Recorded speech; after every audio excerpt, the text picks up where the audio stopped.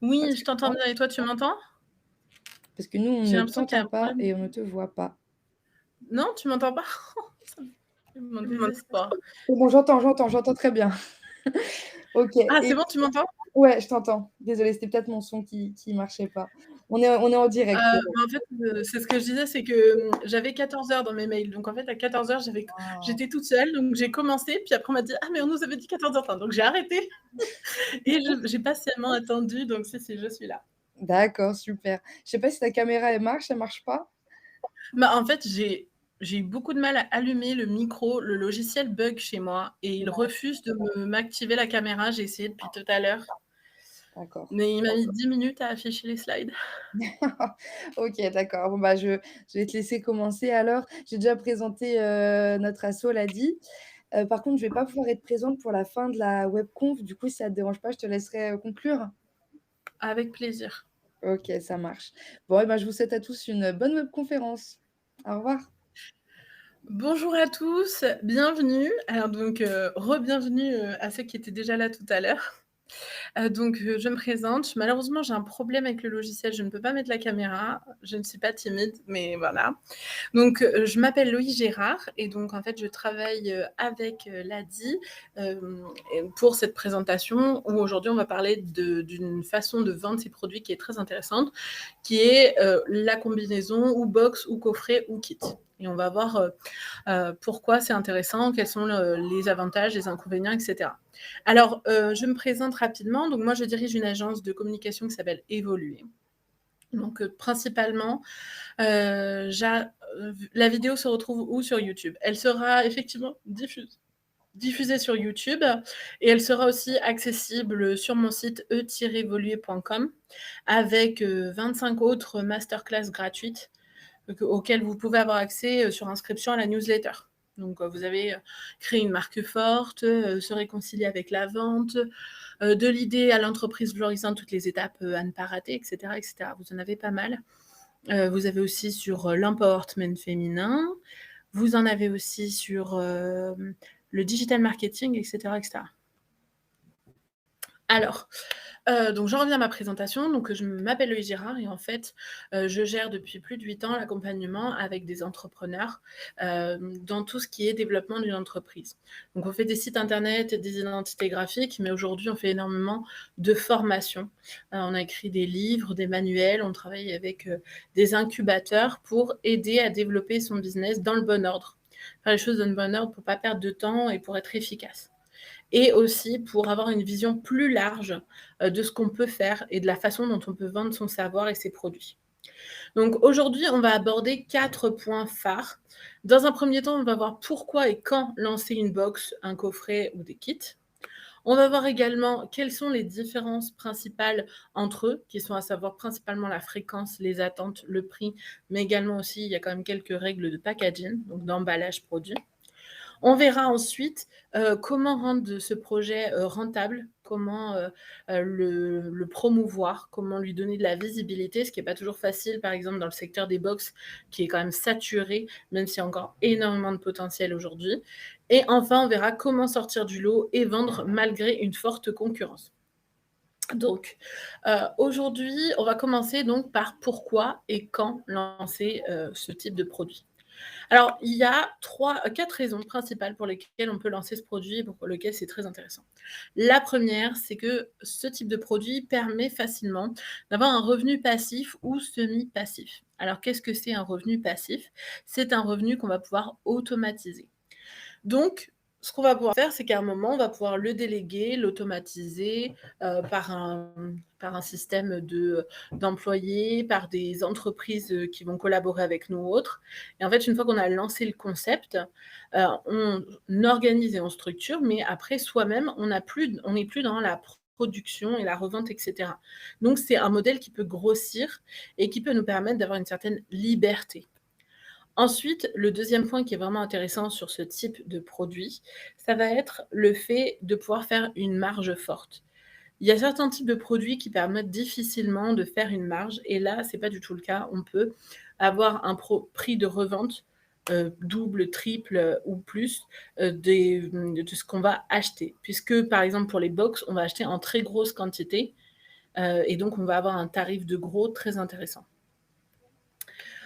Ensuite, nous avons, l'intérêt, c'est d'augmenter le panier moyen. Donc le panier moyen, qu'est-ce que c'est? C'est le pourcentage, enfin le prix moyen, que fait une personne quand elle vient dans votre boutique ou votre site internet. Donc imaginons par exemple que sur votre boutique, en moyenne, un client achète entre 30 et 50 €.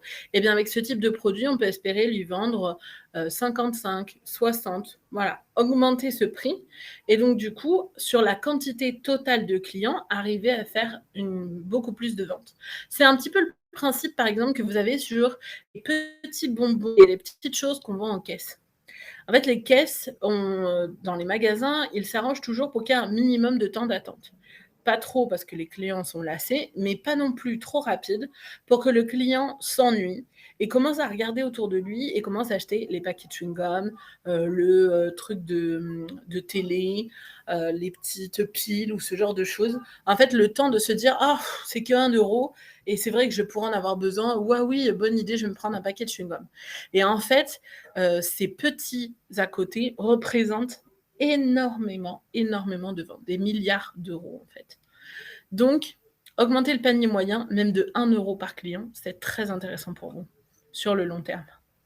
Et enfin, ça va être de recycler ses produits et de fidéliser ses clients. En fait, nos produits, ils ont une durée de vie à un moment, ils se vendent plus aussi bien qu'avant parce que les gens s'y sont habitués, parce qu'ils ont acheté plusieurs fois. Voilà, en général, au bout d'un moment, certains produits ont atteint une date de péremption où ils ont moins d'attrait. Avec les coffrets, on peut les revendre et avec les box, on fidélise le client sur un concept et donc il va acheter à une certaine fréquence et donc ça garantit le chiffre d'affaires. C'est donc vraiment très intéressant. Alors quand est-ce que vous pouvez, idéalement produire ce type de produit? Dans le cycle de vie, on va dire et de développement d'une entreprise, les périodes idéales pour développer ce type de produit, il y en a 2. La première, c'est quand on est au démarrage de son activité, celle-ci ou une nouvelle, donc et où on se demande quelle forme va avoir notre produit. Imaginons, que je sois une créatrice, de vêtements en wax. Eh bien, j'ai la possibilité de les vendre directement, j'ai la possibilité, de les louer, j'ai la possibilité de les vendre en ligne ou en présentiel, j'ai la possibilité de la vendre, de faire des uniformes en wax, pour des entreprises. Je pourrais les vendre aussi en coffret avec d'autres éléments pour vendre une tenue complète spéciale mariage avec les bijoux et les vêtements. J'ai possibilité, de proposer aux gens de faire leurs propres vêtements, en wax avec les kits et cetera et cetera. En fait, dans cette phase-là, je sais ce que je sais faire, je sais ce que j'ai envie de faire, mais j'ai pas encore la forme idéale de vente. Et c'est là où c'est intéressant de se poser sur ces 3 offres-là. Après ça, on doit travailler vraiment sur créer son entreprise, sa vision, apprendre à gérer une entreprise, créer une marque forte, s'offrir de la visibilité et commencer à vendre, c'est essentiel et c'est souvent négligé cette phase de la visibilité parce qu'elle fait peur, parce qu'on ne connaît pas bien les réseaux sociaux et cetera. Donc c'est pas du tout le moment idéal de se mettre à tout ça. En fait, le moment où quand notre premier produit marche bien et qu'on veut commencer à en proposer d'autres, c'est vraiment, en fin de niveau, quand on a déjà fidélisé ses clients, une bonne visibilité et qu'on a organisé, structuré son entreprise pour pas avoir après des problèmes de logistique. Parce que c'est souvent à ce moment-là que, si on a lancé trop de produits, on sature, on n'a pas pris le temps de s'organiser et donc à ce moment-là, ça devient difficile. Donc cette partie, elle est vraiment intéressante. Une fois qu'on a organisé, structuré l'entreprise et qu'on veut proposer des produits sous d'autres formes, de se poser la question: «OK, est-ce que je ferais pas un coffret, une box ou autre?» Alors, voyons maintenant quelles sont les principales différences entre ces offres. La première, qui est la plus importante, c'est la fréquence. Souvent, on dit: «Bon, je vais faire un coffret ou je vais faire une box», mais en fait, on ne sait pas vraiment, à quoi ça correspond. Il faut savoir qu'une box, ça implique une fréquence. Une box, c'est toutes les semaines, tous les mois, tous les trimestres, tous les semestres, ou par cycle. Ce sont des abonnements. Donc, vous devez régulièrement faire de la nouveauté, puisque, tous les mois, tous les trimestres et cetera, vous avez quelque chose de nouveau qui arrive. Vous en avez pour la bière, vous en avez pour le fromage, vous en avez pour le thé, Vous en avez pour les jeux de société, vous avez un site qui s'appelle toutes les box et donc vous avez, je crois qu'il y a plus de 300 box différentes dessus. Vous en avez des box pour les accessoires et pour la nourriture pour chiens, pour chats. J'imagine qu'il doit y avoir la même chose pour les hamsters et cetera. Vous avez pour les jeux de société pour les enfants ou les activités. Vous en avez pour les livres. Donc vraiment, en tout cas, il y a un cycle et des fois on laisse, aux gens la possibilité de choisir s'ils veulent pour tous les mois, tous les trimestres et cetera. À savoir qu'il y a aussi des box par cycle. Par exemple, vous avez des box maternité ou des box mariage. Alors c'est très intéressant les box par cycle parce que contrairement aux box mensuelles, trimestrielles ou semestrielles où il faut à chaque fois faire de la nouveauté, les box par cycle, c'est les mêmes. C'est-à-dire que vous faites une box du troisième mois de grossesse jusqu'au neuvième mois de grossesse, c'est tout le temps la même. Donc vous pouvez acheter dans une quantité énorme. Vous savez qu'à un moment ou à un autre, elles vont partir s'il n'y a pas de produits périssables à l'intérieur. Il n'y a aucun risque que vous n'arriviez pas, enfin, sauf si vraiment vous avez une com pourrie, à pas tout découler, enfin vendre. Alors que quand vous faites des box tous les mois, à chaque fois, il faut renouveler, renouveler et vous ne pouvez pas acheter, autant de quantité que quand vous avez des box fixes. Parce que plus vous imprimez, plus vous faites en quantité, moins ça vous coûte cher à produire. Donc c'est très intéressant ces box mariage ou ces box maternité et il y a plein de cycles dans la vie que vous pouvez utiliser pour ça. Parce que, vous avez un à chaque fois, les mêmes choses et sachez qu'il y a aussi, par exemple, les abonnements qui rentrent un petit peu dans le même style. Des abonnements, par exemple, pour les couches ou ce genre de choses. On pourrait, avec un packaging un peu avancé, considérer ça comme une forme de box. Ensuite, vous avez, le kit créatif. Alors le kit créatif, sa fréquence, elle est libre. Mais ce qu'on va faire, c'est qu'on va de préférence en sortir des nouveaux régulièrement. En fait, le kit créatif, contrairement aux box par cycle où le problème, c'est que quand la personne elle achète, elle fait son cycle et après elle arrête d'acheter et donc il faut chercher en permanence des clients. C'est comme pour la box semestrielle ou menstruelle, les kits, quand la personne a commencé à acheter, si elle aime bien, elle reste et votre job, c'est de faire qu'elle aime bien, qu'elle soit tout le temps surprise et cetera. Les kits, pour pouvoir en vendre plein, le secret, c'est de les faire progressifs. Donc vous commencez avec, par exemple, imaginons, vous voulez faire des kits, de tricot. OK? Donc vous décidez que vous allez faire une série de kits où on apprend les points de base et pour ça, on va faire un kit point marin avec, un bonnet, un kit, avec tel type de point ou telle difficulté avec telle chose et vous allez classer ces kits dans une catégorie niveau de difficulté débutant, par exemple. Et donc, les personnes qui sont débutantes, elles vont commencer à acheter ces kits et à apprendre les différents points. Et ensuite, elles vont vouloir en apprendre plus. Donc, vous allez pouvoir leur proposer des kits niveau intermédiaire, puis niveau avancé, etc., etc. Et si en plus vous ajoutez régulièrement des produits dans les niveaux débutants, intermédiaires, etc., vous revendez à chaque fois aux mêmes personnes. En plus, si elles ont bien aimé, hop, elles vont pouvoir le proposer à d'autres personnes autour d'elles. Et ça vous crée une fréquence et ça vous crée une visibilité. Ensuite, vous avez, les coffrets. Alors le coffret, lui, il est libre, mais il doit se faire à des périodes clés. En fait, on fait un coffret pour Noël, on fait un coffret pour la Saint-Valentin, on fait un coffret pour les 10 ans de l'entreprise. En fait, en général, les coffrets les plus efficaces sont des coffrets qui ont une raison, une cause, en fait. Parce que ça garde le côté exclusif et minuté, c'est-à-dire que c'est temporaire. Si on n'achète pas le coffret à cette période-là, bon, ben, on l'aura plus, en fait. Donc ça donne envie, d'acheter et ça titille le côté collectionneur qu'ont beaucoup d'entre nous, où, heu, on aime avoir, tous les numéros d'un magazine ou on aime avoir, tous les kits d'une série, tous les badges, tout enfin, vous avez peut-être enfant, collectionné les panini. Bon, bah, avec, les coffrets, c'est un peu le même fonctionnement. Alors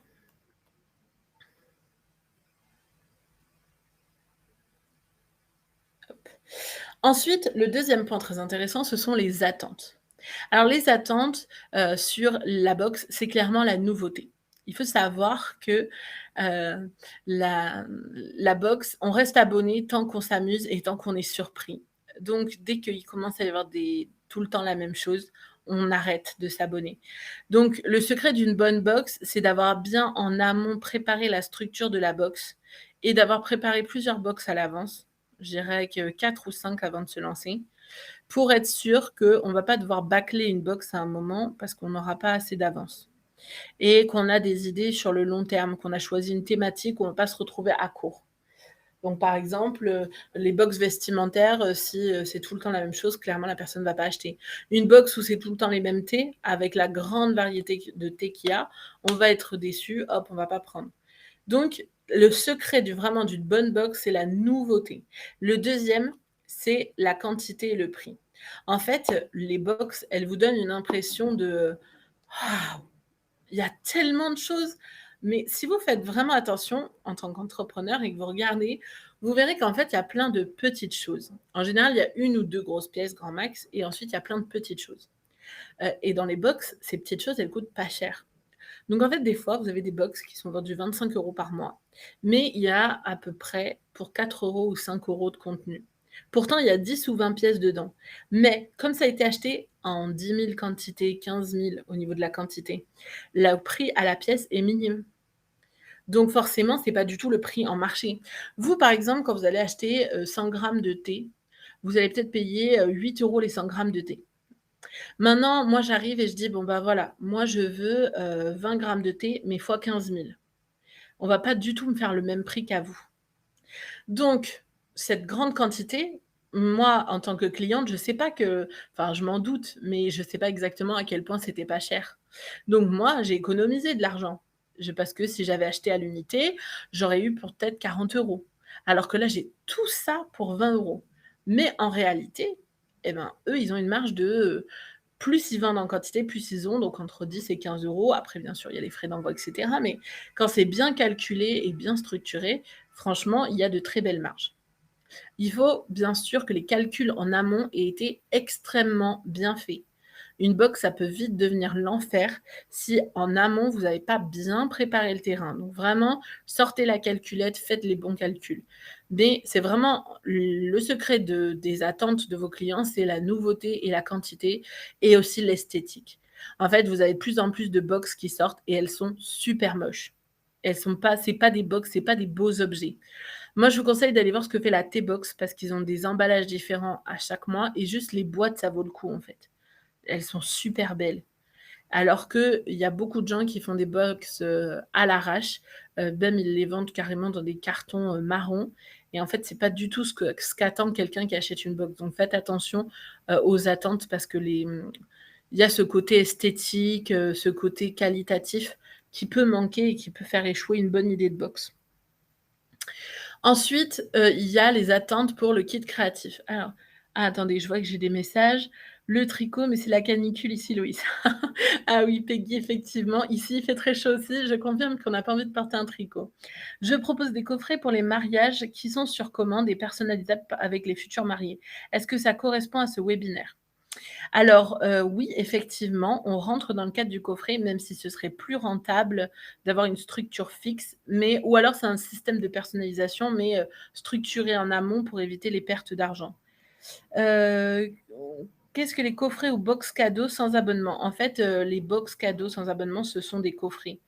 Ils appellent ça des box, mais au niveau de la terminologie, ça n'en est pas.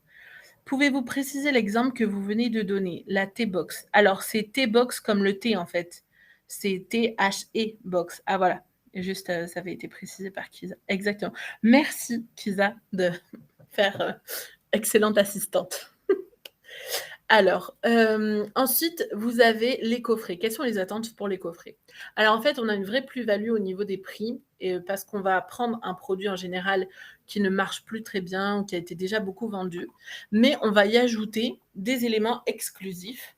Par exemple, imaginons, vous avez un collier qui a super bien marché et là, ça commence à s'essouffler, mais vous devez vous débarrasser du stock qui vous reste. Vous décidez pour la Saint-Valentin de faire un coffret avec ce bijou et vous y ajoutez d'autres éléments. Par exemple, une bougie parfumée, enfin alors ça devait dépendre vraiment de ce que vous proposez, hein, mais ça va être, un jeu de cartes, pour l'événement, ça peut être, des cartes postales, ça peut être, vous faites un partenariat avec quelqu'un qui organise des week-ends. Et donc, c'est un week-end en amoureux où vous avez le bijou que vous allez offrir à la personne, plus le week-end, plus pourquoi pas des éléments alimentaires ou des jeux. Enfin, en fait, l'idée, c'est quoi? C'est quelque chose de clé en main. Donc, ça peut être par exemple, vous vendez le collier et vous vendez le bracelet séparément, vous mettez les deux ensemble. Et donc, vous décidez de réduire le prix, mais pour quand même vous faire une belle marge, vous allez ajouter des petits éléments. Et donc, par exemple, des éléments exclusifs. Vous allez ajouter un coffret spécial, une paire de boucles d'oreilles, une bougie, un livret. Voilà. Ça va dépendre vraiment de votre secteur d'activité, mais vous allez ajouter des choses. Le secret, en fait, c'est que vous allez ajouter des choses pas chères. Par exemple, un livret à imprimer, ça coûte 1 € la pièce si vous faites suffisamment de pièces. Ça peut même revenir à moins cher. Ça dépend du nombre de pages, du format, mais voilà, si vous achetez en une quantité raisonnable, 50 ou 60 pièces, ça vous revient vraiment pas si cher que ça. Et ça a une vraie plus-value, ça fait très professionnel si le design a bien été fait. Et le prix d'un design, c'est dilué par le nombre de ventes. Donc si vous faites tout le temps les mêmes coffrets, que par exemple si vous faites un cycle grossesse ou mariage, ben ça va le coup, les prix du graphiste, vous allez les diluer sur le nombre de ventes et c'est rentable. Alors, quel est le niveau de difficulté de création de ce type de produit? Eh bien, dans le niveau de difficulté le plus simple, ça reste quand même le coffret, puisqu'on se base sur ses propres produits et donc en fait, on doit juste ajouter des petits éléments et faire un bel emballage supérieur à celui habituel.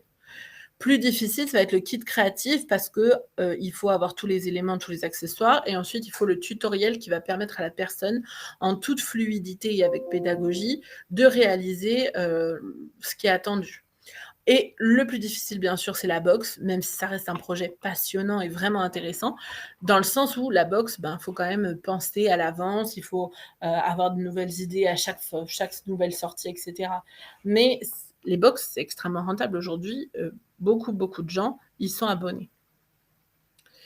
Alors, on va commencer par les coffrets. Je vais vous donner tout le détail et on suivra la même structure à chaque fois pour chacun des types de produits à vendre.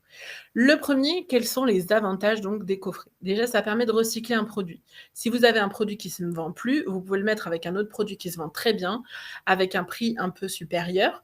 Et les gens vont se dire, oh, bah pour 20 € de plus, j'ai l'autre produit, et en plus, j'ai ça et ça en plus. Oh, ça vaut le coup.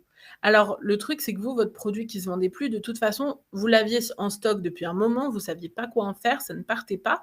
Donc, c'est très intéressant pour vous parce que vous allez écouler le stock.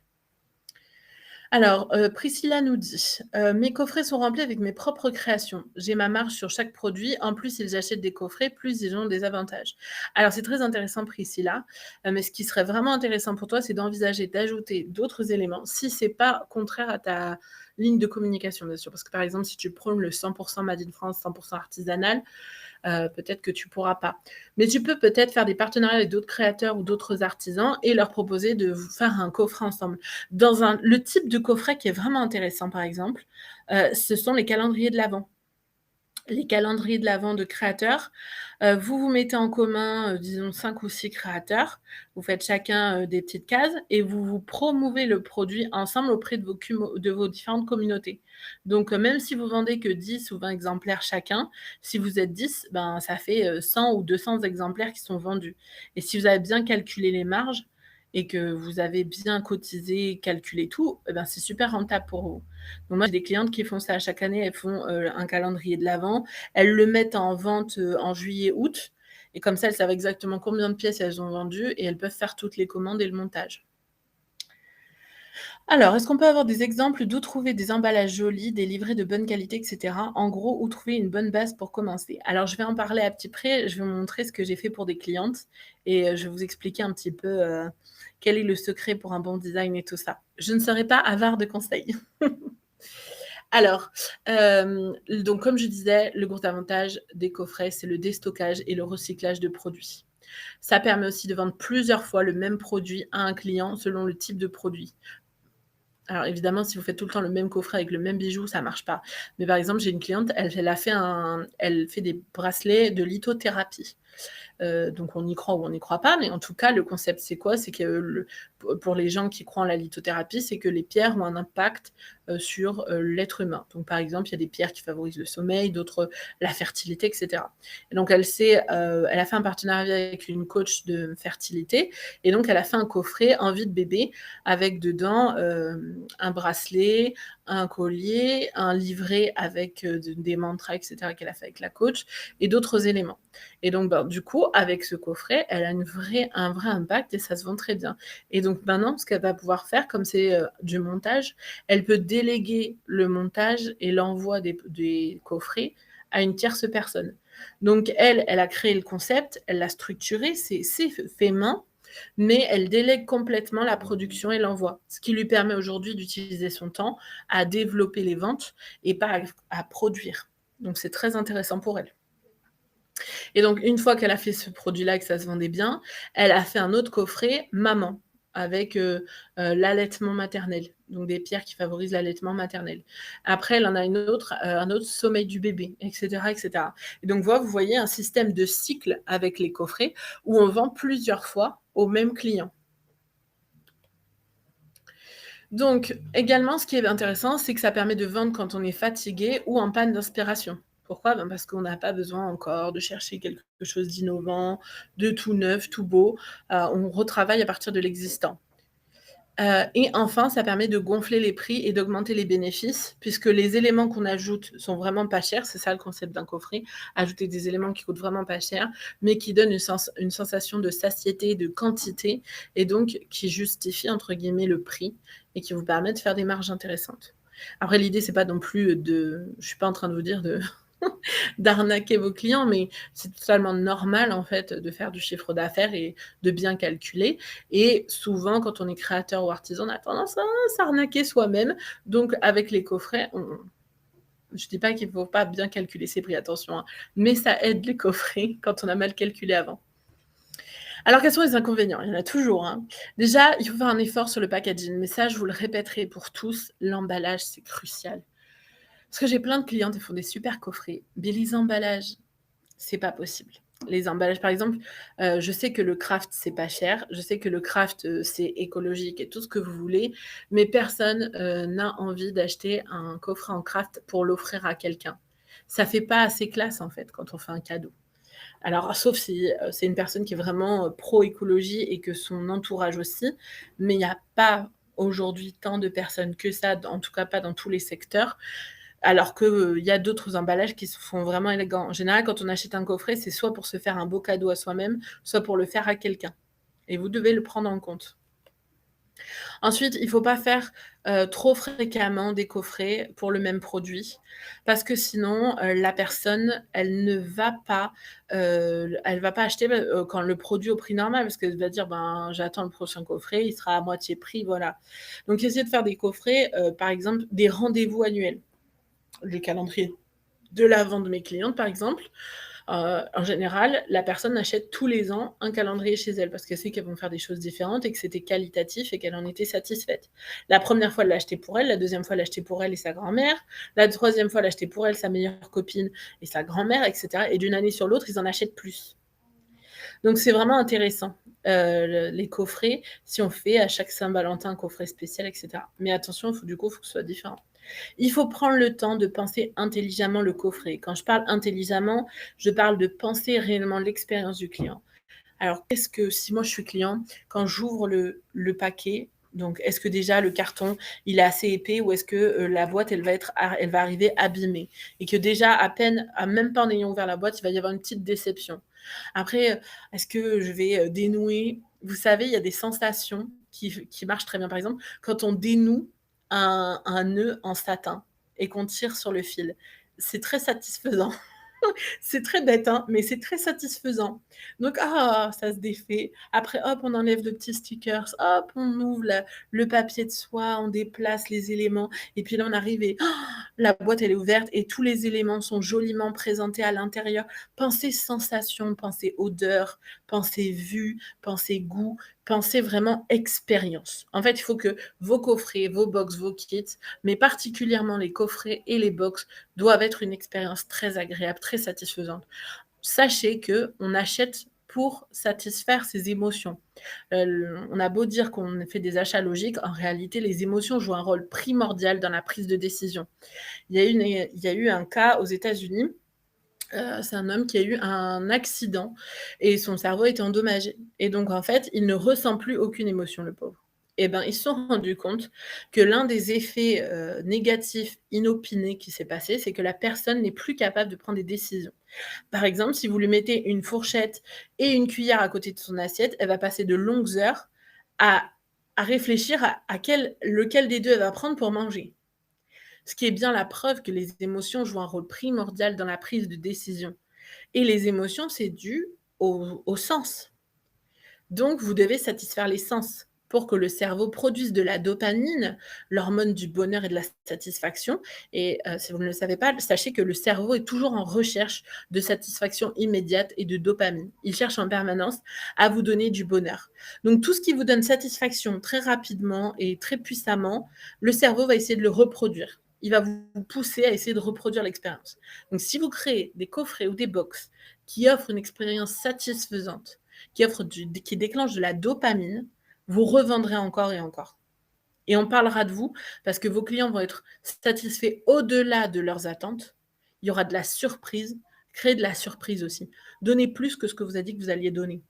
Surprenez. Dans ce cas-là, bien sûr, vous l'avez calculé dans vos prix, mais quand vous allez surprendre, vous allez créer de la dopamine. Et donc la personne, elle va être tellement satisfaite qu'elle va devenir ce qu'on appelle un ambassadeur de votre marque, c'est-à-dire que comme elle a été satisfaite au-delà de ses attentes, elle va parler de vous et elle va vous faire votre pub gratuitement. Et c'est ça qui vous permet de vous développer et de vendre plus. Donc vraiment, prenez le temps nécessaire de créer un produit qui va se vendre. Ne faites pas des choix tronqués qui vont endommager vos chances d'y arriver dès le début. Ensuite, trouvez les bons partenaires ou fournisseurs pour créer un produit de qualité. S'il n'y a rien de pire qu'un fournisseur foireux. Je pense à, par exemple, ce matin, j'étais à un événement et donc le traiteur, savait pertinemment, que tout devait être prêt pour, 6 heures du matin. Il y avait une réunion le lundi matin qui avait été faite encore pour le lui rappeler. Donc là, c'était pas prêt. Il a fallu attendre sur place jusqu'à 9 heures pour récupérer les éléments. Ça a endommagé l'événement et ça a énormément contrarié, la personne qui gérait l'événement et ben, du coup, ils ont perdu le contrat. Ce qui est dommage parce que le contrat, c'est quoi? Le contrat, c'était d'avoir régulièrement des ventes. Il y a eu une contrariété, il y a eu une déception. Un fournisseur qui vous fait des ennuis, ça peut être dramatique. Par exemple, si vous avez un fournisseur qui vous fait vos emballages et que là, vous recevez une commande de 100 emballages où les emballages sont dégueulasses et vous êtes à la veille d'envoyer les box. C'est une catastrophe, c'est une catastrophe. Vous allez devoir livrer vos box en retard parce que vous ne pouvez pas envoyer ça à vos clients. Donc, vous allez créer de l'insatisfaction chez vos clients. Ça va vous faire perdre des clients. Et ce n'est pas votre faute, mais c'est comme ça, vos clients, ils vont pas, vous n'allez pas leur donner cette explication-là. Donc, pensez-y, trouvez des bons partenaires fiables et renseignez-vous auprès de clients qu'ils ont déjà. Ne vous fiez pas aux témoignages sur leur site et tout ça. Essayez de trouver des clients chez eux, voir si eux sont satisfaits, s'ils ont des recommandations à vous faire.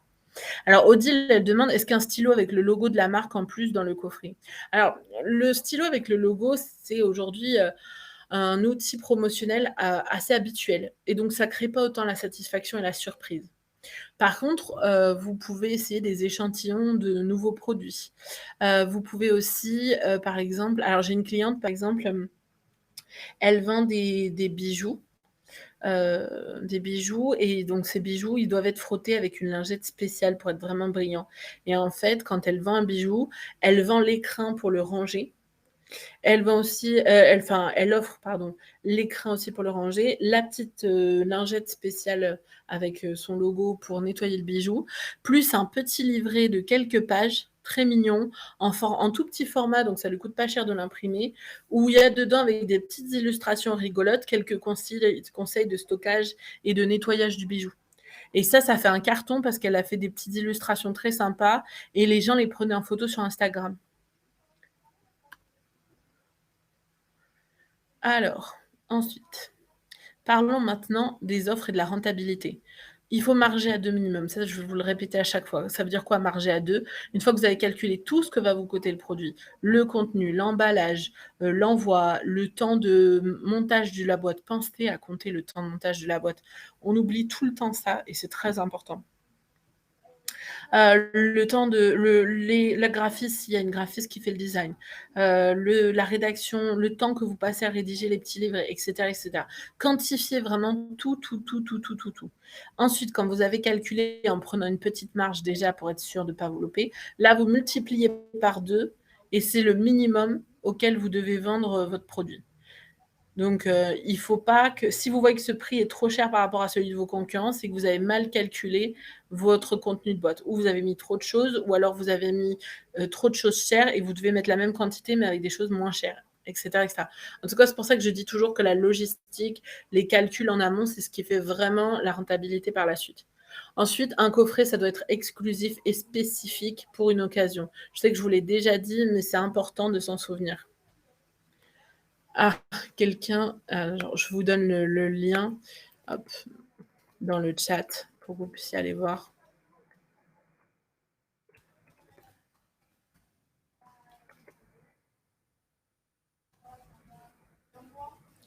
Alors normalement, ça marche, hein. Ah, voilà, il l'active pas si vous mettez pas les HTTPS devant, en fait. Alors moi, je vends des parfums avec possibilité de personnaliser son étiquette. C'est bien pour les coffrets box. Alors les box, c'est à fréquence, comme on l'a vu. Donc peut-être pas pour une box, mais par contre, effectivement, pour des coffrets, ça peut être très, très sympa. Après, il faut avoir organisé derrière les choses pour que cette personnalisation, elle soit pas trop chronophage et qu'à un moment, elle puisse être déléguée au cas où il y en aurait besoin.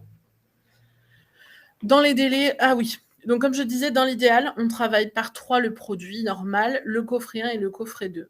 Alors, c'est pas toujours possible, mais sachez que c'est toujours intéressant de proposer 3 offres parce qu'en général, les gens ne veulent pas acheter la moins chère parce qu'ils n'ont pas envie de s'offrir ce qu'il y a de plus bas.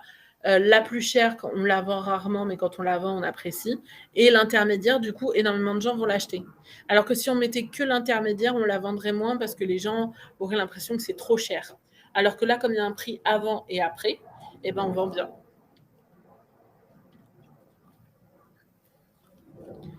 Hop, la slide suivante ne s'affiche pas. Ok, et enfin, à nouveau, j'insiste, il faut penser au coût de création de l'emballage, le design et l'impression. Depuis tout à l'heure, vous voyez, à chaque fois, je vous ai mis des petits exemples de packaging, etc., dans les petites cases. Je vais vous en montrer plus en détail après.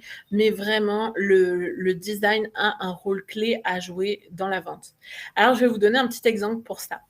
Donc, il y a une de mes collaboratrices qui a été engagée par un chocolatier en Amérique du Sud. Et donc, le chocolatier, il voulait vendre ses chocolats beaucoup plus cher que le prix qu'il faisait. Donc, imaginons pour cet exemple, je vous ai mis le prix 5 € pour le lot de 5 chocolats. Donc, il avait des chocolats classiques faits comme tout le monde. Donc là, il lui manquait quelque chose de fort, un concept qui pourrait, entre guillemets, comme je dis toujours, justifier, et c'est vraiment entre guillemets, ses prix. Donc, il a fait une réflexion avec ma collaboratrice et du coup, il a décidé de faire ce qu'on appelle des choco-chakras. Alors, qu'est-ce que c'est le concept? C'est qu'en fait, il a fait une combinaison dans ses chocolats de différentes épices, etc., et une préparation qui correspondait aux différents chakras. Voilà, par rapport à, bon, si vous faites du yoga ou ce genre de choses, vous connaissez. Mais donc, voilà, l'idée, c'était en fait de faire un chocolat par chakra qui active le chakra ou qui joue avec, etc. Donc, du coup, il a revu la présentation des chocolats, il a adapté ses recettes, mais ça, finalement, le coût de fabrication des chocolats est le même. Il a changé le design du chocolat et surtout, du coup, il a demandé à ma graphiste de faire un emballage à la hauteur. Donc, elle a créé une boîte avec un montage très simple à faire qui coûte pratiquement rien à produire, avec un livret à l'intérieur. Et en fait, les chocolats sont présentés comme dans un écrin à bijoux, avec des petits emboîtements dans lesquels il y a l'information sur le chocolat, le livret, la boîte. Et donc, on n'achète plus un lot de 5 chocolats dans un sachet, on achète un joli coffret à offrir à quelqu'un, avec un sens derrière, etc. Aujourd'hui, les chocolats ne valent plus 5 € à la pièce, mais l'ensemble coûte 28 € TTC. En sachant que le coût du chocolat est toujours le même, et qu'on a ajouté juste 1 € pour le livret et 3 à 5 €, ça dépend, pour la boîte. Donc on a quand même une marge bien plus importante sur la vente de ces chocolats, avec finalement un meilleur emballage. Alors, où est-ce qu'on vend ces coffrets? Alors l'évidence, bien sûr, ça va être son site ou ça, ses boutiques. Ça, vous n'avez pas besoin de moi pour que je vous l'explique, mais je le redis quand même. Ensuite, ce qui est intéressant, ce sont des boutiques présentielles ou en ligne, que ce soit des dépôts-ventes. Vous allez laisser vos produits et s'ils se vendent, la personne prend une commission. Ne prenez pas les dépôts-ventes où, ils se contentent de vous prendre un loyer et peut-être s'ils vendent, en plus de vous prendre une marge. En France, ça se fait de plus en plus, sauf que quelle est la motivation finalement de vendre votre produit puisque de toute façon, vous lui payez quand même un loyer? Alors que dans les autres pays en Europe, on est encore toujours à, la commission sur la vente et on a des vendeurs qui sont motivés à vendre parce que c'est comme ça qu'ils gagnent de l'argent. Donc c'est plus intéressant pour vous de travailler avec ces boutiques, même s'il faut les envoyer, en Belgique ou en Suisse ou au Luxembourg, que, de les vendre ici. Sachant en plus qu'au niveau des prix, c'est pas la même chose en Suisse ou au Luxembourg, par exemple, donc vous pouvez vendre plus cher. Donc c'est plus intéressant pour vous, même si les frais de port sont plus élevés. Après, vous pouvez aussi proposer aux boutiques qui vont l'acheter et le revendre. Ça, c'est très intéressant pour vous. Et selon le type de produit que vous proposez, il y a bien sûr les marketplaces. Vous avez également la possibilité de faire un système de dropshipping manuel, c'est-à-dire que vous proposez à des partenaires de proposer sur leur site internet vos produits et quand ils les vendent, ils vous renvoient l'argent et vous envoyez le colis en marque blanche. C'est pas automatisé comme les dropshipping avec AliExpress ou ces choses-là, mais c'est intéressant parce que si vous êtes, vous trouvez que l'achat en Chine, c'est pas éthique ou que voilà, vous voulez du made in France, et cetera, et ben, vous avez ce fonctionnement-là qui permet à vos partenaires de proposer plus de produits, mais sans avoir besoin de les acheter auparavant. Et vous, ça vous fait plus de visibilité.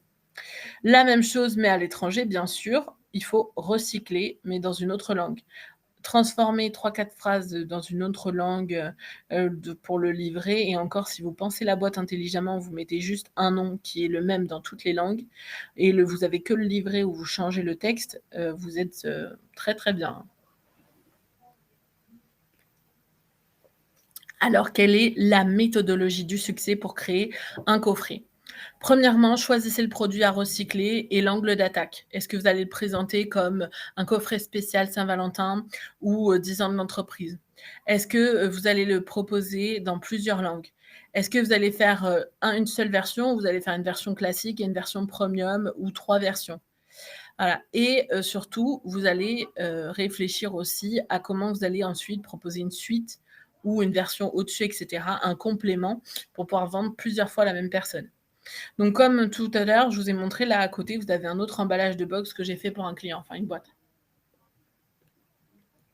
Vous voyez que les boîtes, pas forcément des boîtes très classiques, on essaie de faire des trucs un peu originaux, même si bien sûr, il faut garder des dimensions un peu standards quand vous commencez parce que plus vous êtes sur les standards en termes de taille, pas forcément en termes de design, mais en termes de taille, ça vous coûte beaucoup moins cher.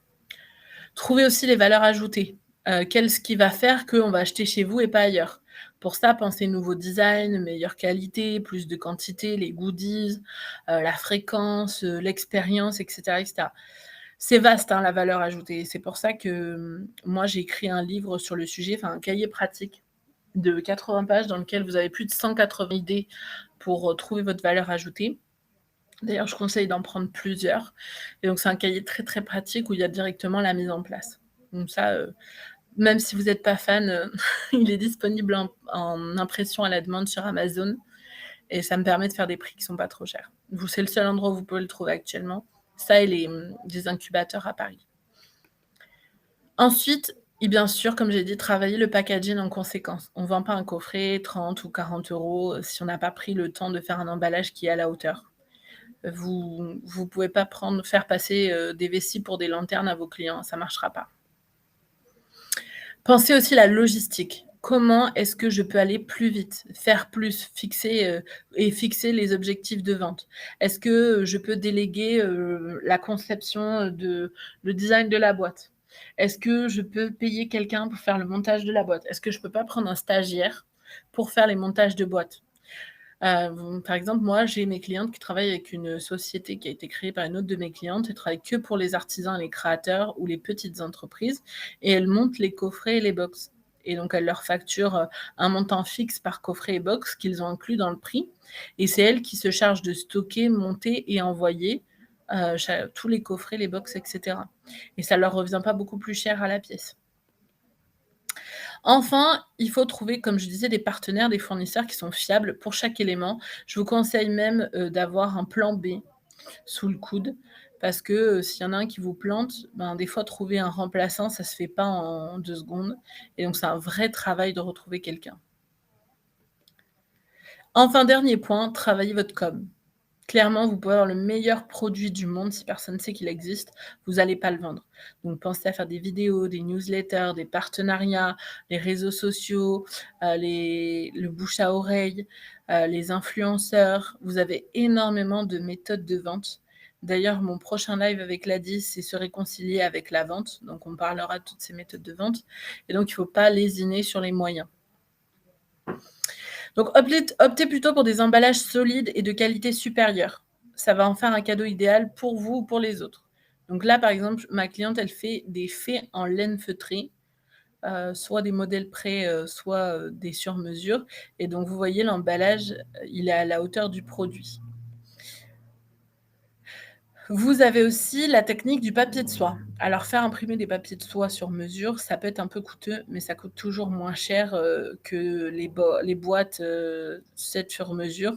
Donc vous pouvez, avec les propres motifs de votre marque, faire du papier de soie et du coup, ça va vous permettre ou de les utiliser pour emballer les petits objets ou alors on peut habiller une boîte en craft basique, mais avec, voilà, son petit, son petit papier de soie.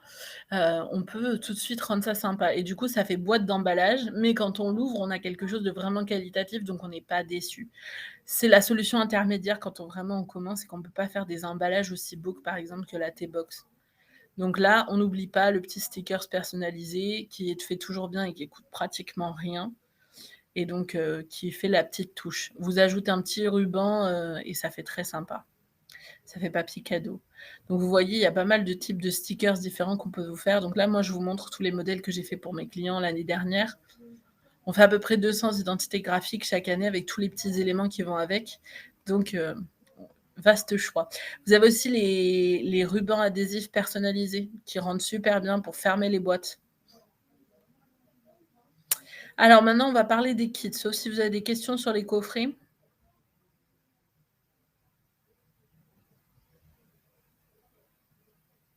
Non, c'est bon, c'est clair, on a abordé tous les sujets en lien avec les coffrets.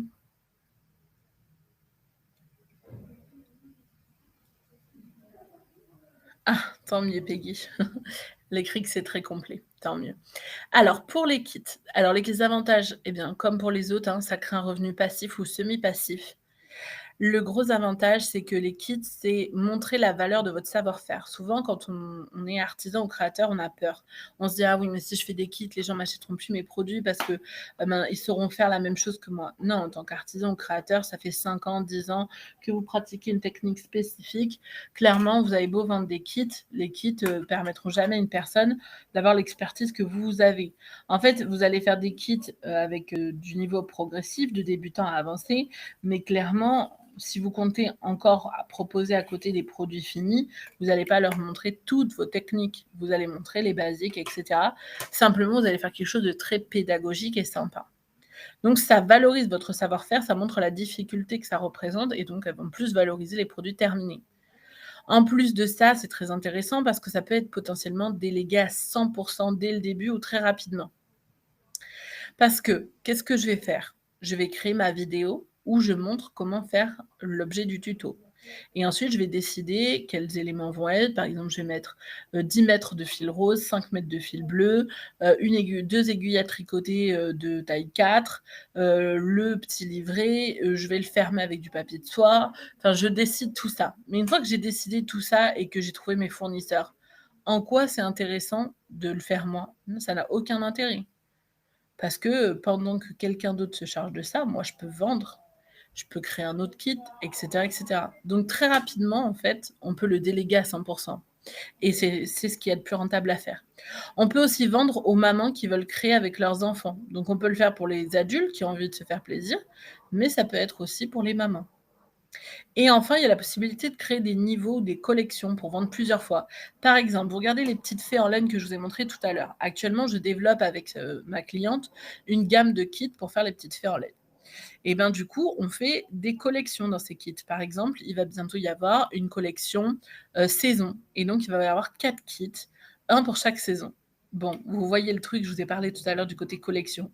Si j'ai acheté la petite fée du printemps, quel est le pourcentage de temps, si le tutoriel est bien et que j'ai vraiment réussi à faire ma fée, que j'achète pas l'automne, l'hiver et l'été? Il est assez faible parce que la cliente, ses clientes à elle, elles suivent le cycle des saisons et cetera. C'est quelque chose d'important pour elles. Donc tant que le tuto est de qualité, eh ben, vous allez vendre plusieurs kits. Si vous décidez de faire des kits, par exemple, les couleurs, toutes les fées de toutes les couleurs, ah ben, on va forcément avoir envie d'avoir la fée violette, la fée jaune, la fée orange, surtout si elles ont un style différent et qu'il n'y a pas que les couleurs, il y a aussi le style qui est différent. Et ou alors on va s'en offrir une et puis on va en offrir une autre à quelqu'un, etc. Également, il y a forcément des inconvénients, vous vous en doutez. Donc déjà, attention aux normes pour les enfants. Si vous vendez des kits maman-enfant, assurez-vous que vous êtes bien dans les clous, à savoir que où vous mettez qu'il y a un certain âge limite et vous vérifiez bien au niveau juridique quel est l'âge limite, ou alors il faut le faire tester en laboratoire. Donc pensez vraiment bien vous renseigner. Le plus simple au début, c'est de le faire pour les adultes. Ensuite, soignez l'emballage, encore et toujours. Un emballage de mauvaise qualité, ça donne pas une bonne image de votre produit, donc on sera pas prêt à mettre la même somme que s'il avait un emballage de qualité. Vous devez faire attention à ne pas vendre votre savoir-faire, votre fonds de commerce. À nouveau, sauf si vous voulez plus vendre de produits finis, ne donnez pas tous vos trucs et astuces. Aidez-les à progresser, à apprendre plein de choses, mais ne leur donnez pas non plus votre fonds de commerce. Pensez à prendre le temps de fabriquer votre kit intelligemment. Le niveau de difficulté, le matériel, la vidéo explicative, la pédagogie, le pas à pas. Il faut que ce soit pertinent, que la personne elle arrive au résultat souhaité. Sinon, elle ne rachètera pas.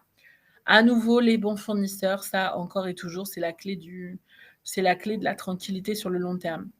Et attention de bichonner votre méthodologie pour vos tutoriels. C'est super important. La pédagogie, c'est ce qui fait que la personne, elle est satisfaite ou non dans un kit. Pour ce qui est des prix et de la rentabilité, à nouveau, on va marger à 2. On fait vraiment une réflexion pour créer une offre à tiroir, c'est-à-dire que j'ouvre un premier tiroir, puis un deuxième, puis un troisième. J'achète un premier produit, puis un deuxième, puis un troisième.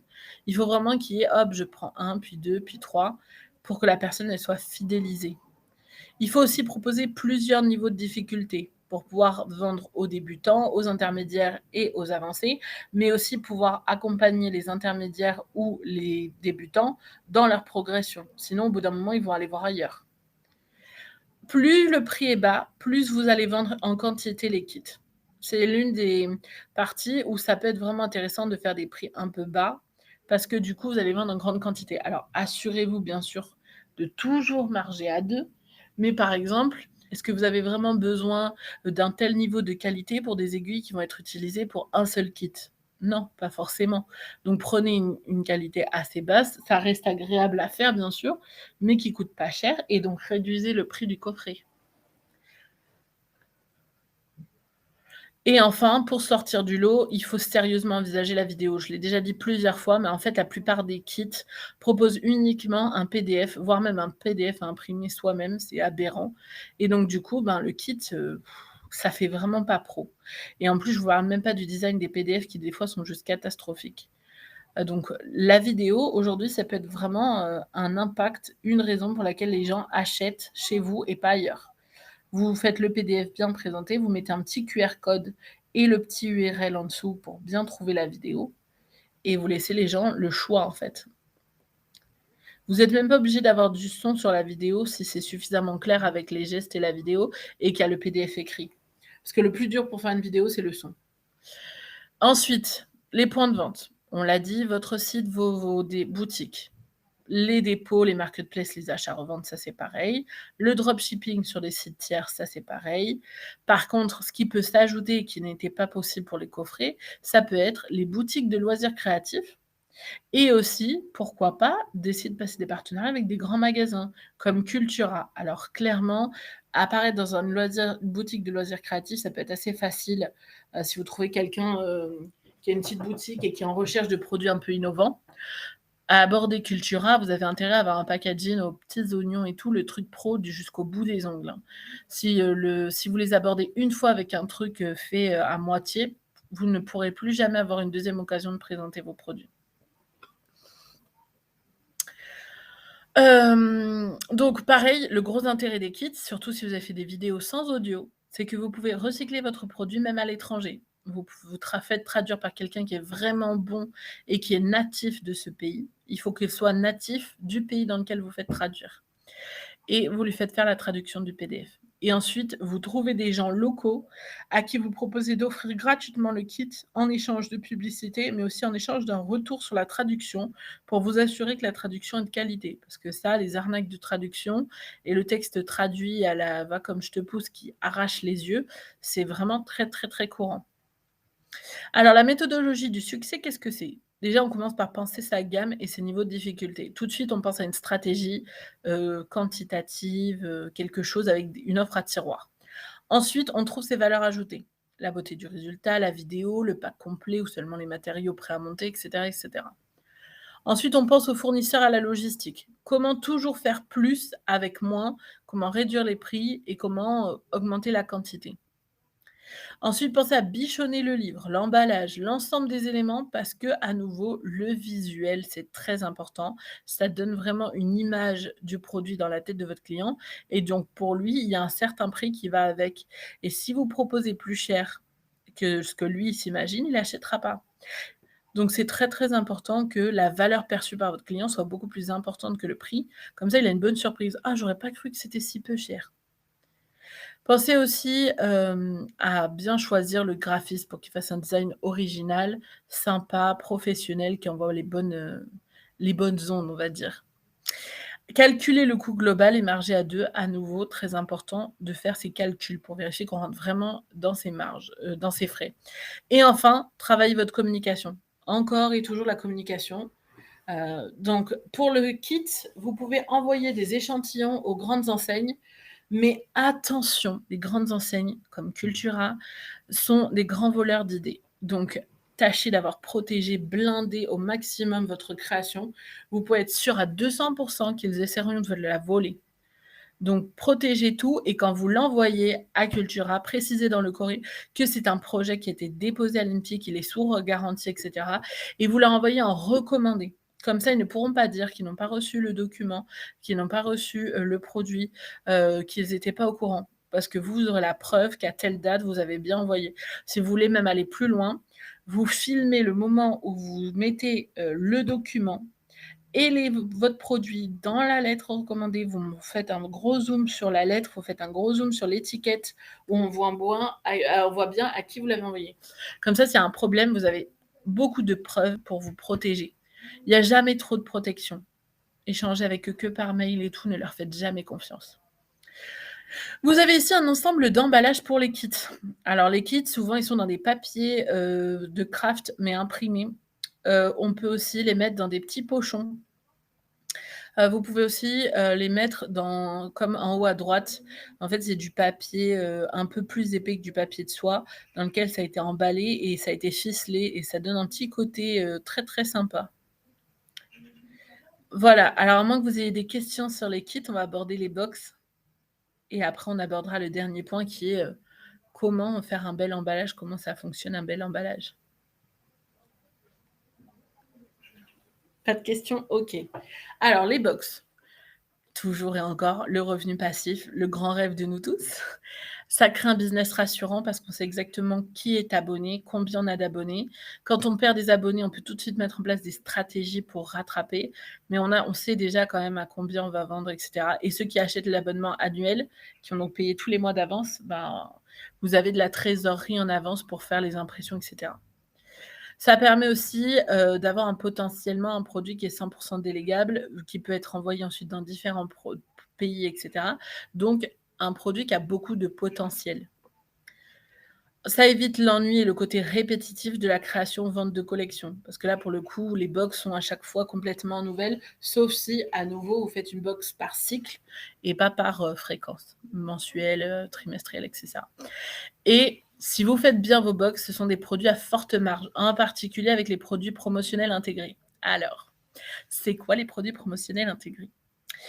Vous avez par exemple, imaginons que vous avez une box beauté et donc que vous envoyez dans cette box beauté 5 ou 6 produits esthétiques, par exemple, je sais pas moi, un fond de teint, un mascara et cetera. OK. Vous avez 10 000 abonnés, donc vous envoyez 10 000 box, OK? Les marques, comme L'Oréal ou autres, elles payent de véritables fortunes pour que qu'il y ait des affiches dans le métro et dans d'autres lieux pour présenter le produit. Mais c'est pas du tout aussi efficace qu'une personne qui teste le produit et qui en est satisfaite. D'accord? Donc, qu'est-ce qui est le plus rentable pour eux? Vous offrir les 10 000 produits ou vous les vendre à prix peanuts, presque rien, et donc du coup avoir la certitude que 10 000 personnes vont tester les produits ou faire des affiches dans le métro qui seront peut-être ou pas vues. Et en fait, c'est super intéressant pour les marques de faire des partenariats. Et donc, vous avez des box que vous payez par exemple 20 euros. Et en fait, eux, ils ne payent que l'emballage et l'envoi. Et tout le contenu de la box, ils payent rien. Par exemple, dans les T-box, vous avez souvent des biscuits ou des machins. Et bien souvent, les biscuits ou les petits accompagnements, ils ne les ont pas payés parce que c'est intéressant pour les marques, parce qu'elles savent que si l'échantillon nous a plu, après, on va aller racheter les boîtes complètes. Et moi, c'est le cas. Hein. Régulièrement, des fois, je fais « Oh là là, mais je ne connaissais pas cette marque, c'est trop bon !» Et j'en achète. Et c'est pareil pour l'été, on goûte un thé. « Ah, mais il est super bon ce thé, il n'y avait qu'un sachet dans la boîte. Oh bah attends, je vais aller acheter un lot. » Et donc, on achète un sachet. Et donc là encore, très grand intérêt pour les marques, en fait. Donc, les box, ça a un vrai potentiel si vous prenez le temps de faire des bons partenariats avec des marques dès que vous commencez à avoir beaucoup de monde qui achète votre box. Alors, voyons maintenant les inconvénients, il y en a toujours. Le rythme, clairement. Si vous n'avez pas pris la peine de prendre de l'avance, vous pouvez facilement vous retrouver noyé. Surtout si c'est une fréquence mensuelle. Sachez qu'entre la préparation de la box, de son contenu, la sélection, le design, l'envoi chez l'imprimeur, la réception, le montage, l'envoi au centre d'envoi qui va l'envoyer à chaque personne, etc., etc., il y a de vrais délais, 1 mois et demi, 2 mois. Donc, vous ne pouvez pas démarrer votre box et ne pas avoir au moins 4 mois d'avance. C'est pas possible. C'est beaucoup trop risqué. Prenez le temps de bien préparer les choses en amont, de vous organiser, sinon vous allez vous casser les dents, c'est sûr. Ensuite, la nécessité de régularité à nouveau, si vous avez des pannes d'inspiration, c'est la mort. Donc, tâchez d'avoir des idées au moins pour les 12 prochains mois, même si vous ne commencez pas à planifier le contenu des 12, au moins il y a des idées pour les 12 prochains mois. Là, j'ai une cliente qui a racheté un magazine qui s'appelle Polymer & Co. C'est un magazine, de loisirs créatifs et c'est un magazine dédié à tout ce qui est pâte fimo, résine, et porcelaine froide. Et donc, du coup, ce qu'elle a fait, c'est qu'elle a prévu les numéros pour les 2 prochaines années, la thématique au moins. Après, du coup, à chaque fois qu'elle rencontre un artiste qui pourrait faire un tutoriel dedans, elle y pense tout de suite et elle le contacte. Et ça lui permet d'avoir de l'avance. Et même comme ça, je peux vous dire que les deadlines pour les envois, c'est chaud. Et c'est un magazine trimestriel, pas mensuel. Donc, attention. Ensuite, la logistique et l'organisation, elle doit être drastique. Vous devez avoir super bien calculé, super bien réfléchi, tout cadré. C'est militaire. Enfin, ce qui est vraiment important, c'est de trouver des bons fournisseurs fiables parce qu'autant pour un coffret et un kit, vous pouvez, temporiser s'il y a des problèmes, autant la fréquence d'une box vous le permet pas du tout. Et la surenchère et la concurrence, bien sûr. Il faut vraiment penser à un concept différenciant de ce qui existe aujourd'hui. Et avec le grand nombre de box qui commencent à apparaître sur le marché et qui est déjà présent, des box mariage, des box naissance, etc., il y en a beaucoup. Il y a encore possibilité de faire des choses innovantes. Actuellement, je travaille avec des clients qui vont faire des box par cycle dans ces 2 domaines-là et elles sont très innovantes par rapport à ce qui se fait maintenant. Mais il faut réfléchir et avoir de vraies, valeurs ajoutées, des choses en plus que les autres n'ont pas. Et le design, par exemple, clairement, sur la plupart des box récentes qui sont sorties, ça pèche. Donc pour ce qui est de la rentabilité, à part le fait de marger à 2 et il faut vraiment prévoir dans le prix à l'unité la réduction pour les abonnements. C'est-à-dire, souvent les box, quand elles se sont pas vendues et qu'ils en ont trop, ils vous permettent de les acheter à la pièce. Et donc souvent la box à la pièce, elle est à 28 € par exemple et la box en abonnement, elle est à 20 €. Pour pouvoir faire cette réduction sur la box en abonnement, il faut que vous ayez calculé le prix en vrai pour marger sur l'abonnement et que ce soit vraiment que des bonus pour vous de la vendre à l'unité. Parce que en fait, tout simplement, ça va vous coûter cher sur le long terme pour le stockage. Alors, Karine me demande si je pense qu'il y a encore de la place pour une box enfant de cuisine. Alors, Karine, j'aurais adoré pouvoir te répondre, simplement pour ça, il faudrait que je fasse une étude de marché et dans le domaine des enfants, j'ai rien fait récemment. Donc je peux pas te répondre, par contre, ce que je peux te faire, c'est t'expliquer comment tu peux vérifier. En fait, ce qu'il faudrait que tu fasses, c'est que tu ailles sur le site, Toutes les box où il y a vraiment, il est exhaustif ce site. À ma connaissance, il y a pas de box qui n'est pas dessus. En tout cas, pas de box qui compte vraiment, qui a vraiment des ventes et que tu regardes dans le domaine des enfants, qu'est-ce qui se propose et en fait, je te conseille de t'abonner à ces box-là pour en recevoir 2 ou 3 de chaque et forcément, tu vas trouver des failles. Tu vas trouver, «Ah ben, celle-ci, elle propose ceci. Ah oui, mais celle-là, elle le propose pas. Ah oui, mais celle-là, elle propose ça, mais ça marche pas. Ah ouais, mais là, c'est quoi cet emballage? Ah mais là, quand je teste la recette avec les enfants, ils ont même pas prévu de me prévenir, qu'il fallait que j'envisage, de prendre du temps après pour, éloigner l'enfant parce qu'il y a le four ou que sais-je. Il y a pas les consignes de sécurité de base» et cetera et cetera. Il faut trouver en fait toutes ces petites failles pour voir si est-ce que tu as encore de la place pour innover et proposer des choses que les autres ne proposent pas ou est-ce que, pour l'instant, tu as l'impression que tout a déjà été fait? En général, tout n'a pas déjà été fait, mais il faut voir si tu as l'idée, tu vois, qui va faire la différence ou les idées.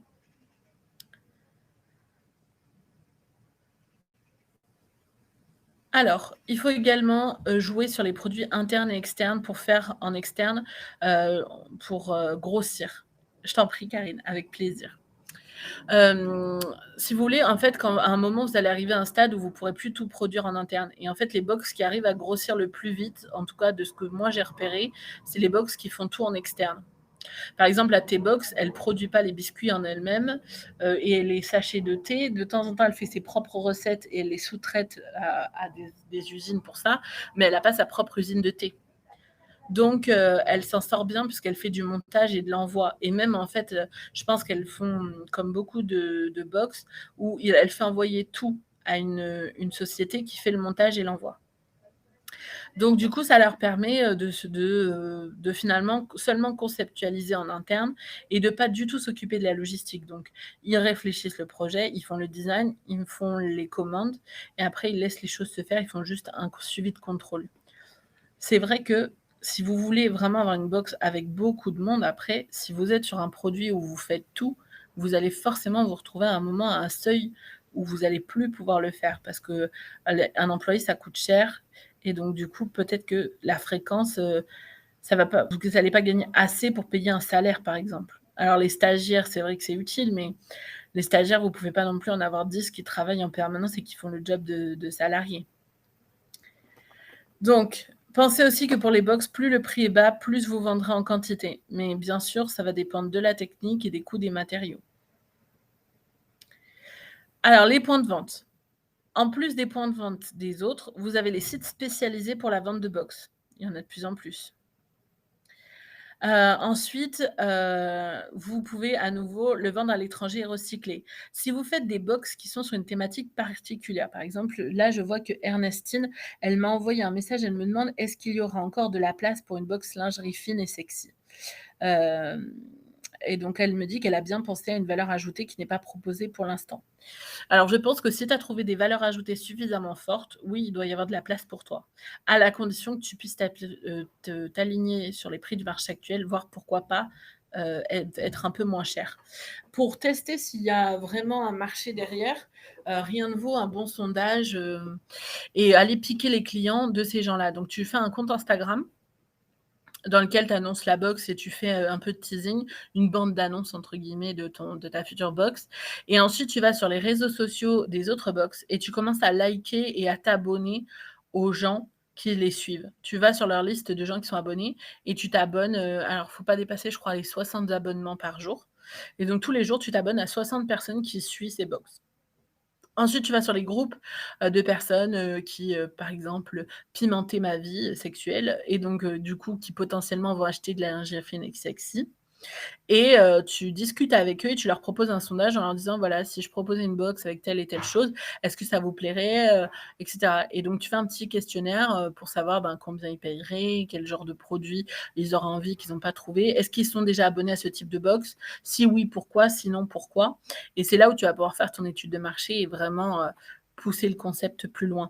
En fait, rien ne vaut le fait de discuter avec tes futurs clients et de sortir du côté, théorie, dans ma tête, je pense les choses.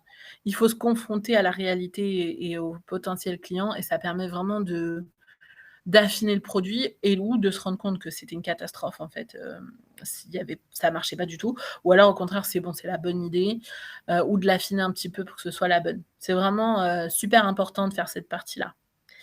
Quelle mine d'informations, merci à vous. Avec plaisir Virginie, je t'en prie. En fait, en effet, j'ai déjà le questionnaire, mais pas envoyé. Merci beaucoup pour les conseils. Donc, il faut l'envoyer, Ernestine, c'est super important. Essaye d'avoir au moins 200 ou 300 réponses, tu vois, pour avoir un bel échantillonnage. Voilà, alors donc, pour les box, quelle est la méthodologie? Déjà, choisir la fréquence et la thématique de la box et vérifier que c'est une vraie bonne idée qui ne s'épuisera pas rapidement. Donc, on vient d'expliquer les méthodologies que je recommandais pour ça. Ensuite, bien sûr, trouver ses valeurs ajoutées et vérifier qu'on en a suffisamment pour que nos concurrents puissent pas rapidement reproduire ce que nous on fait. Pensez aux fournisseurs et à la logistique, comment faire plus de box, assurer les envois, réduire le prix, etc. Dans les box, les coffrets et les kits, faites un business model Canva. Vous aurez rapidement, vous allez très rapidement identifier les failles. Trouvez des partenaires commerciaux pour inclure les produits publicitaires et calculer très bien votre marge. Dans l'idéal, bien entendu, on essaye de mettre que des produits publicitaires, et donc du coup, ben, pour ça, il faut avoir quand même suffisamment de ventes pour que ce soit intéressant pour les marques quand même. Pensez aussi à jouer sur la quantité. Donc beaucoup de petits éléments, plus 1 ou 2 éléments majeurs. L'emballage doit changer à chaque box et être magnifique, y compris le livret. Une box ne peut pas exister sans livret. Ça, c'est la grosse erreur.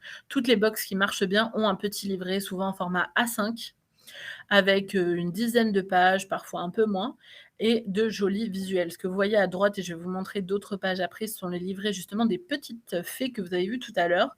Donc elle fait des box avec la fée, le livret, une activité créative à faire. Et donc c'est basé sur les cycles des saisons. Pour les personnes qui font les petites fêtes païennes de type Ostara, Bethléem, etc., ou qui apprécient de prendre le temps d'apprécier le fil des saisons. Donc, dernier point, à nouveau, et encore en tout toujours, la visibilité. Les influenceurs, les pubs dans les colis de partenaires, et cetera. Pensez que vos box, un influenceur, ça vaut carrément le coup de lui offrir 2 ou 3 box et qu'à chaque fois, il fasse ce qu'on appelle les vidéos unboxing où on le voit s'extasier en ouvrant la box, en donnant tout le détail, voilà. Ça vaut le coup. En plus, vous avez des influenceurs pas trop gros qui vous demanderont rien de plus que la box. Assurez-vous par contre d'avoir un contrat signé avec le détail précis des engagements que doit prendre la personne.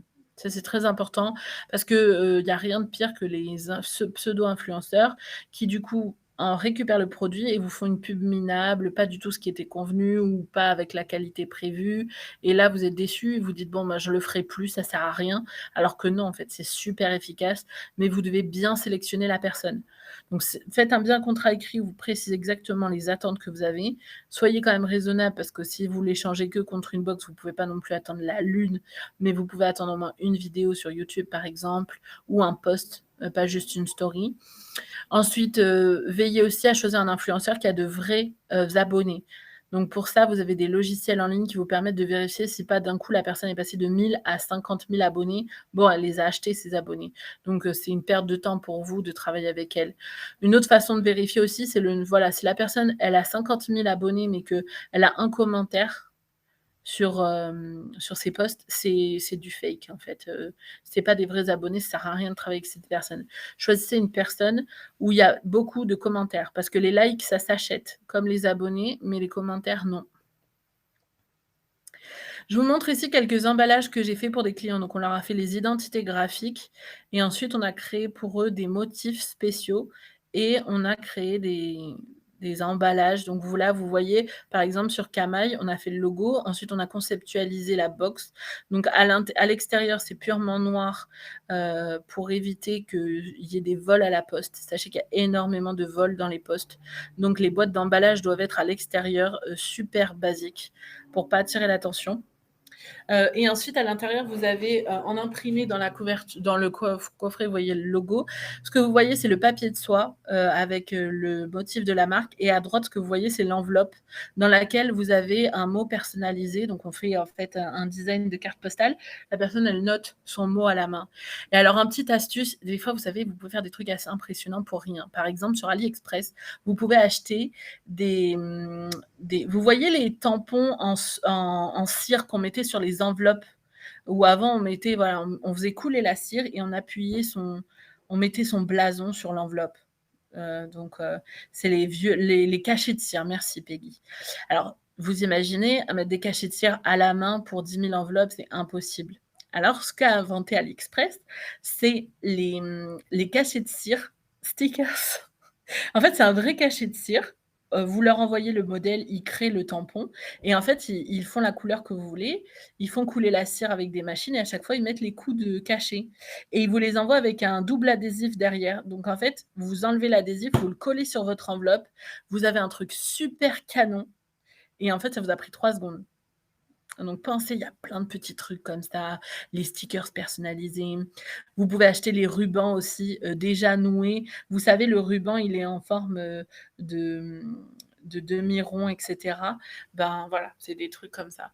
Alors, Edwige me demande combien ça coûte les box. Ça dépend de combien d'éléments tu veux designer. Si tu veux un modèle que tu pourras modifier toute seule, si tu veux plusieurs modèles à une certaine fréquence. Donc ça, je t'invite à m'envoyer un mail et avec plaisir, on fera un petit appel et on en discutera pour voir ce qu'on peut faire dans ton budget. Hop, je vais vous mettre mon mail dans le chat. Donc pour ceux qui regarderont le replay, c'est LOIS, Loïs, at e-du-6, voluer, VOLUER.fr. Donc lois@e-du-6 VOLUER.fr.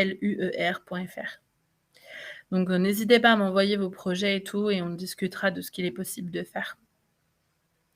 Alors, je vous montre d'autres emballages pour vous donner de l'inspiration. S'il daigne changer de slide. Hop. Alors ça, c'est un emballage de carte postale. Qui est donc là, c'est dans une enveloppe craft, mais c'est une marque spécialisée dans ce qui est proche de la nature. Mais vous voyez, on l'a stylisé avec une belle carte postale à l'intérieur, avec un petit côté vintage. Là, vous avez la même chose sur d'autres. Ce sont ce qu'on appelle des cartes de colis, en fait. Ce sont des cartes postales simples ou doubles, dans laquelle il y a des instructions, que ce soit des instructions d'entretien ou autres, et puis également les réseaux sociaux et un espace spécial pour mettre un mot personnalisé. Vous avez aussi différents goodies. Comme je vous le disais, vous n'êtes pas obligé de mettre des choses chères. Par exemple, on peut faire un marque-page. Un marque-page, si vous l'achetez en grande quantité, vous êtes à 10 centimes la pièce. Les petits badges en haut à droite, si vous les faites faire en grande quantité, vous allez être à 1 € la pièce. Les ballons personnalisés, ça coûte pas cher. Ça dépend où est-ce que vous vous fournissez. Pareil pour les badges en haut à gauche. Forcément, les tasses, c'est plus cher. Mais à nouveau, si vous les achetez en grande quantité, genre 50 pièces ou un truc un peu plus élevé, vous allez être autour de 5 à 8 € la tasse selon le modèle que vous choisissez. Donc, il y a moyen de faire des choses très avancées. Vous pouvez faire aussi des carnets avec une couverture personnalisée. Ça, c'est un grand classique des goodies et donc c'est de moins en moins cher. Les tote bags ou les sacs un peu plus avancés aussi. On peut faire des choses très sympas avec... là, pour une cliente, on lui a fait des classeurs avec des intercalaires avec les motifs de sa marque. Donc, pareil, alors forcément, les classeurs, ça coûte plus cher, hein, mais par rapport au prix qu'elle vend, c'est très intéressant. Et donc là, ce que je vous montre, ce sont des extraits du livret qui est dans la box de ma cliente, donc le livret des box des saisons. Donc, elle en fait 4 par an, et donc elle a un livret par saison, donc avec un travail qui a été fait sur la mise en page, etc., un accompagnement sur la relecture. Alors, est-ce que je peux remontrer les classeurs? Oui, je remontre les classeurs. C'est ceux-là. On a fait les intercalaires, le design extérieur et intérieur, la tranche, le dos, voilà. C'est possible, de faire différents types de classeurs, c'est même possible de faire fabriquer les classeurs avec un type d'anneau particulier si on vend le contenu du classeur. Donc ça, il faut par contre gros travail de recherche d'un bon fournisseur parce que je trouve que sur les classeurs, ça manque encore. Donc voilà, là, vous avez différentes mises en page qui ont été faites sur les livrets et comme vous voyez, le livret, il a été quand même assez bichonné pour être original et c'est très important. Alors du coup, comme on en parlait tout à l'heure, comment est-ce qu'on fait un bon packaging, en fait? Comment est-ce qu'on fait que tous les designs soient harmonieux et cohérents, qu'il y ait quelque chose d'élégant et d'agréable? Et bien, en fait, ce qu'il vous faut, c'est une bonne identité de marque. Et dedans, vous allez avoir tous les éléments. Alors, quel que soit le type de logo que vous voulez, c'est important de bien le travailler. Donc là, je vous ai mis quelques échantillons de logos que j'ai fait pour des clients pour vous montrer que vous avez des styles très différents. Vous voyez en haut à gauche, on va avoir un style assez minimaliste avec une coloration à l'aquarelle.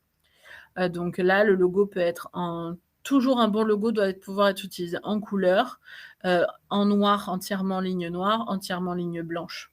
Après, vous avez des logos qui, de base, sont eux-mêmes très minimalistes, comme Avangé, qui est en haut au milieu, où on a vraiment quelque chose de très épuré.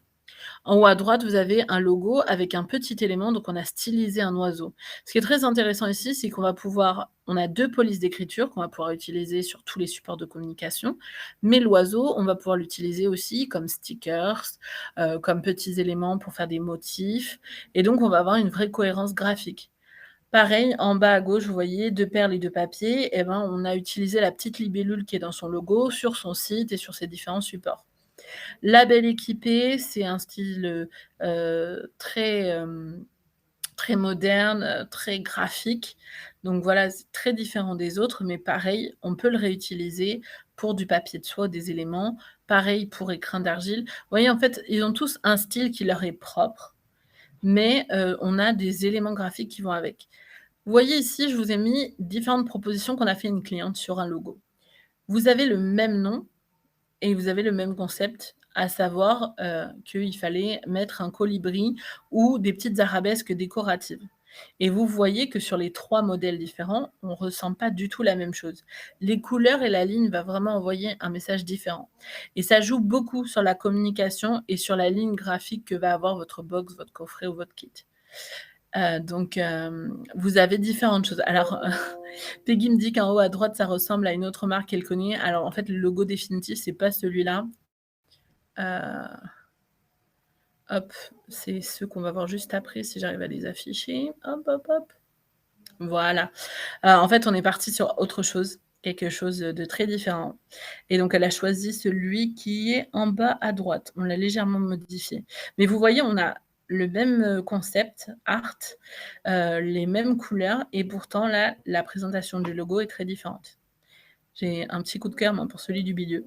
Elle a choisi celui de droite, mais moi, j'avais vraiment un coup de cœur pour celui du milieu. Enfin, vous voyez que du coup, ces styles de logo, ils jouent quand même beaucoup, vous imaginez une box avec, le logo en haut à gauche, ça n'a rien à voir avec celui d'en bas milieu. Donc, vous avez pas du tout à avoir la même ligne graphique, les mêmes, finitions et cetera sur vos produits. Donc vraiment, une bonne identité de marque, c'est super important. En plus, vous pourrez pas la changer par la suite parce que ça va vous coûter une fortune de refaire tous les emballages.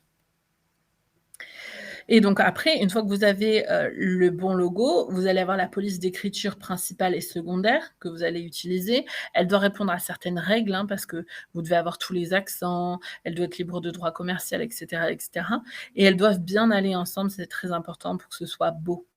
À nouveau, l'esthétique, c'est très important. Vous voyez là, ici, vous avez les logos que nous, on a fait et les mêmes avec une police différente. Vous voyez à quel point ça fait bas de gamme quand on change la police? C'est juste la police qui a changé. Le dessin, les couleurs n'ont pas changé et pourtant, c'est le jour et la nuit, il y a une vraie différence et ça renvoie pas du tout le même message. Donc c'est super important, les polices, la ligne graphique, mais aussi, les couleurs. Donc les couleurs, sachez-le, elles jouent, heu oui, tu as raison Mania, c'est une comics, hein. C'était facile, j'en ai pris une pourrie pour bien montrer. Les couleurs aussi, elles ont un vrai impact sur l'émotion et sur, le ressenti. Il y avait une expérience sociale qui avait été faite, on avait mis, sur le dos de plein de personnes de styles différents qui avaient pas du tout l'air de médecins, une blouse blanche et quand elles rentraient dans les chambres, les gens, tout de suite leur faisaient confiance. On mettait des vrais médecins avec des blouses bleues et ben, les gens ne leur faisaient pas confiance. Et du coup, voilà, les couleurs, en fait, ça joue énormément, c'est fou. Vous avez des palettes, on change juste une nuance et ça y est, vous l'avez trouvé. Des fois, nous, on passe 3 jours pour choisir juste la palette parce que c'est très, très sensible d'une teinte à une autre. Donc vraiment, prenez le temps aussi pareil, de vous poser si vous le faites vous-même, vraiment prenez le temps de vous former parce que les couleurs, ça joue énormément et quand on n'est pas graphiste, ben, on connaît pas, donc ça prend tellement de temps de se former là-dessus. Ou alors prenez vraiment un graphiste compétent et à nouveau un graphiste, le graphiste, c'est comme les médecins. Il y a différents types de graphistes, il y a des spécialités et moi, je vous conseille vraiment de travailler avec un graphiste spécialisé dans les identités graphiques. Un illustrateur, c'est pas un graphiste de marque. Quelqu'un qui fait des magazines, bah, c'est pas un illustrateur de marque. Quelqu'un qui fait que ça tout le temps, il a une expertise que pourra jamais avoir quelqu'un qui fait un peu tout. Et vous qui êtes des experts dans le domaine dans lequel vous allez vendre, vous le savez aussi. Donc prenez cette habitude de toujours choisir des gens qui sont assez spécialisés. Moi, par exemple, ma graphiste, elle fait que ça fait 20 ans qu'elle fait que des identités graphiques. Elle l'enseigne à l'université, elle le fait elle maîtrise plus de 30, styles graphiques différents et c'est, un plaisir de travailler avec elle. Quand je travaille on travaille ensemble pour mes clientes, c'est toujours impeccable, c'est un plaisir. Bon, j'ai dû en essorer au moins 10 avant de travailler avec elle parce que j'étais tout le temps satisfaite et vous voyez là, sur les grilles Instagram, bah, pareil, l'harmonie des couleurs et l'harmonie des polices, c'est pas du tout pareil. Tu es super pédagogue Loïs, c'est top. Merci pour ta franchise et ta générosité. Ah, c'est gentil Peggy. Elles ont dû sécher depuis, tu les as essorées. Non, mais ce que je veux dire, c'est voilà, en fait, j'ai essayé, mais ça rendait pas comme je voulais. Et vous voyez là, par exemple, une fois qu'on a choisi les polices d'écriture, les couleurs et le logo, on va aller créer, des éléments graphiques propres à la marque. Donc ça va être des illustrations qui n'appartiennent qu'à elle et grâce à ces illustrations, on va pouvoir aller créer des patterns, c'est-à-dire des motifs propres à la marque qui vont pouvoir être utilisés sur les packaging. Donc là, elle travaille, voilà, que sur les packaging, ça va être utilisé aussi sur, le papier de soie, ça va être utilisé sur les e-books. On peut les utiliser sur les fonds de site aussi. Donc ça rend super bien. Alors Antonia, elle travaille pour moi, c'est une de mes employées. Donc tu peux m'envoyer un mail et avec plaisir, on travaillera ensemble. C'est moi qui fais les palettes de couleurs et sélectionne les polices pour tout te dire et c'est elle qui fait les designs. Et vous voyez comment ça rend bien sur les boîtes? Ça fait tout de suite, c'est pas pareil qu'une boîte où vous avez juste mis un stickers ou quelque chose, donc au début, OK, on fait avec les moyens du bord, mais quand on veut faire quelque chose d'un peu fini bon là, je vous ai fait les maquettes un peu vite pour vous montrer ce que ça donne, mais on a certaines boîtes où comme celle que vous avez eue en haut, où on a pas mal travaillé dessus, ça rend vraiment bien. Voilà. Bon, bah, j'ai été ravie, de faire ce live avec vous. Est-ce que vous avez des questions? Heu, c'est avec plaisir que je répondrai à toutes vos questions, si vous en avez. Je crois que je vous ai donné, le maximum d'informations, mais si vous manque quelque chose, n'hésitez pas, dites-le moi.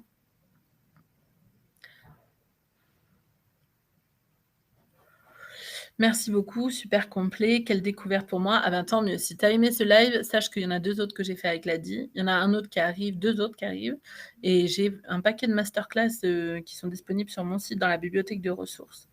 C'est beau, merci beaucoup, c'était très sympa, j'adore. Super webinar. Comment voir le replay?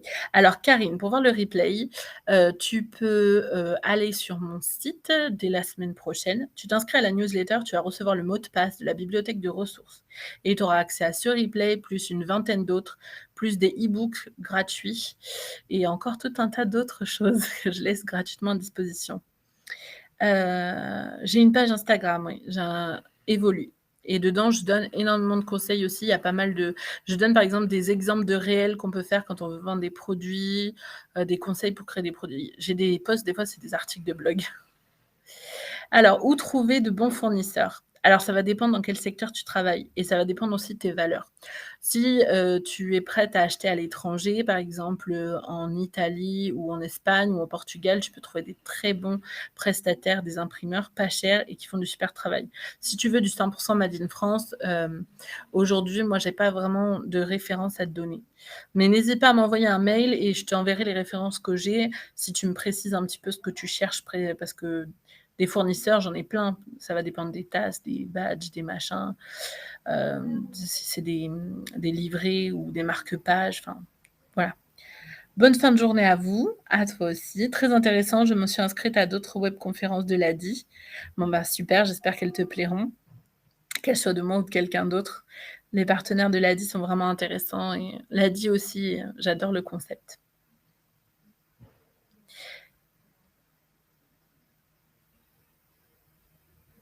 Ah!